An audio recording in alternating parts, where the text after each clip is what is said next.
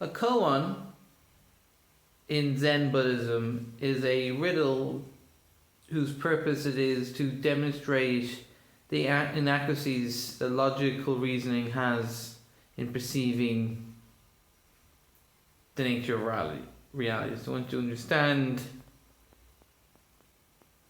the inability the mind is able to comprehend its existence, and you drop the mind, and thus having an experience of awakening.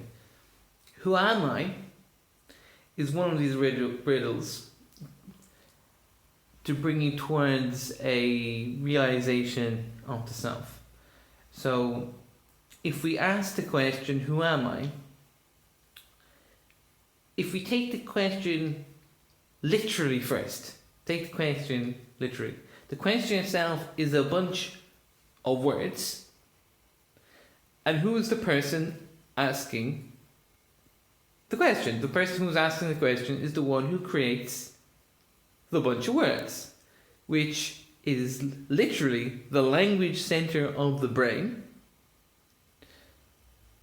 So to the answer to the question of who am I, literally, it is the mind using thoughts to inquire about itself.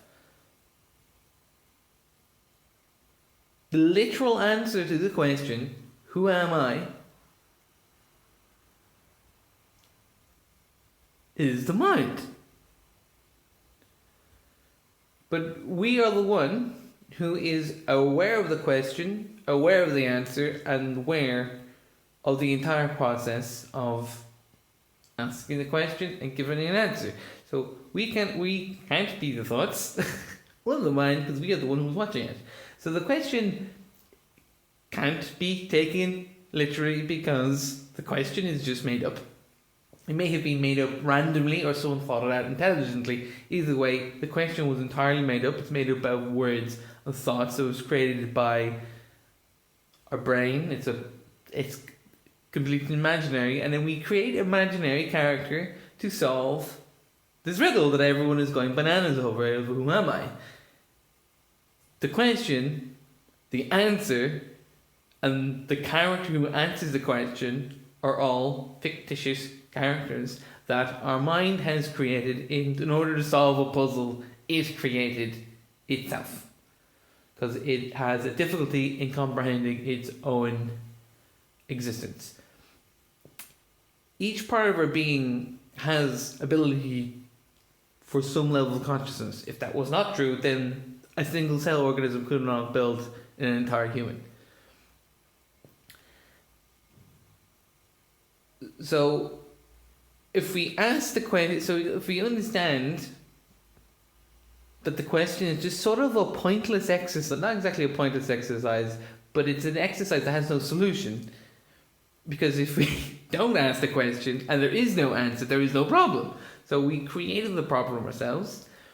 We have a fictitious version of ourselves that we create in order to solve it. It's like a little game that we have created. Like we create actual computer games and movies and stories to solve the same question, because we're kind of subconsciously trying to solve this problem. Who are we? But we're not the mind, because we can experience existence without the mind interfering, without the mind making decisions.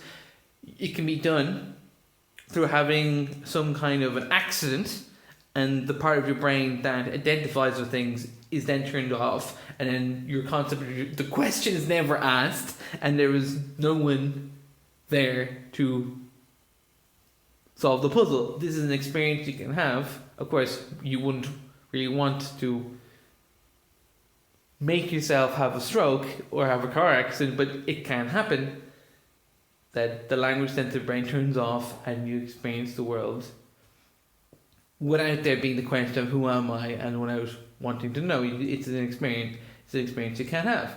It's an experience you can have through meditation, yoga.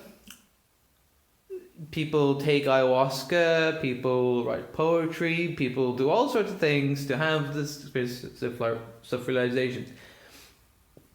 And anyone who wants to have a self-realization, experience in true selves, if you're asking the question, who am I, you're trying to solve it, your mind will just keep going around and around with it because it's not really solved, because the literal answer out of the mind is not the actual answer that we're looking for.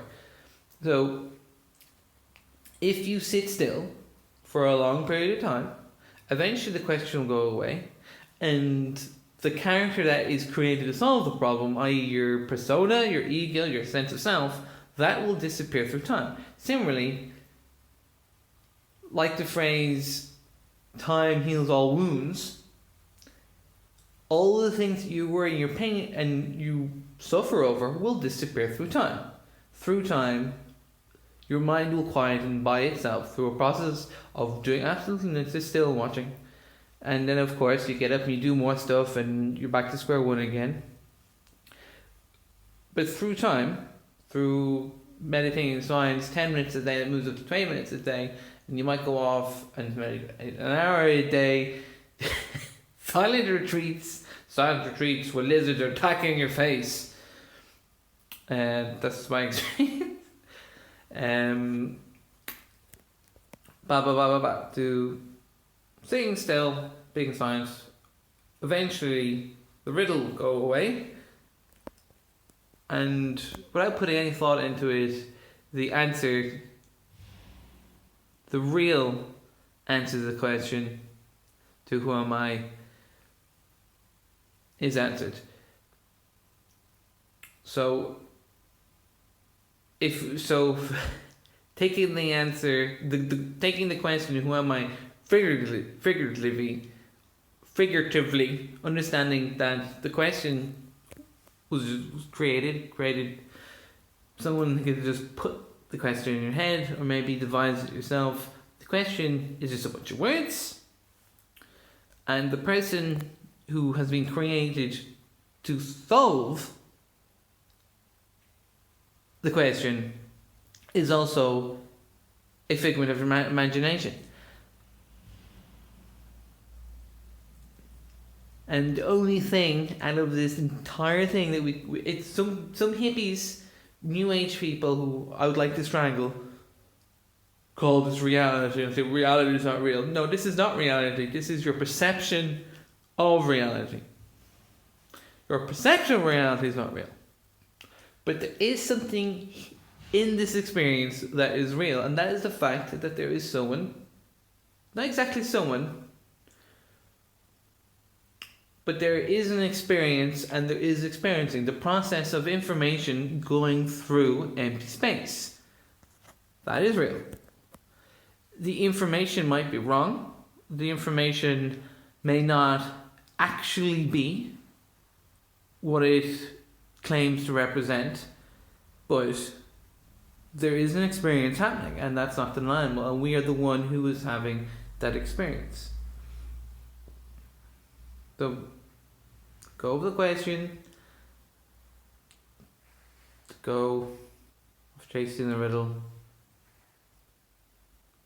look at yourself, just let go, sit in silence.